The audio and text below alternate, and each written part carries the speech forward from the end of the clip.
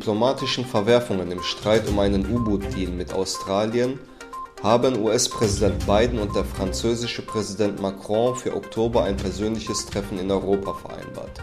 Macron habe außerdem entschieden, dass der französische Botschafter in der kommenden Woche nach Washington zurückkehren solle.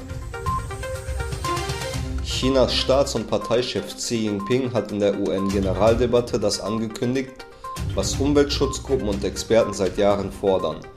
Die Volksrepublik werde künftig keine neuen Kohlekraftwerke in anderen Staaten bauen, sagte er in einer aufgezeichneten Rede. Das russische Außenministerium gab bekannt, dass russische, chinesische und pakistanische Sondergesandte sich in Afghanistan mit Verantwortlichen der Taliban trafen. Vor der Rede Erdogans bei der UN-Generaldebatte war man neugierig darauf, was er über den Konflikt in Kaschmir und Ostturkestan sagen werde. Obwohl die Tyrannei Chinas seit Jahren dokumentiert wird und westliche Länder sogar Peking eines Genozids beschuldigen, war die Aussage Erdogans mysteriös.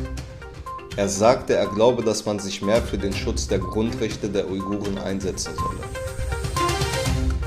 In einem Brief an UN-Generalsekretär Guterres erbittet Taliban-Außenminister Muttaqi das Recht, bei der laufenden 76. Generaldebatte der UN-Vollversammlung zu sprechen.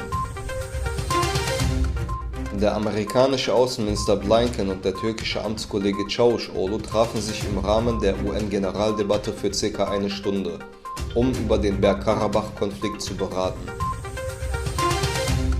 Der Präsident Kasachstans Tokayev teilte mit, dass 31% der Bevölkerung vollgeimpft sind.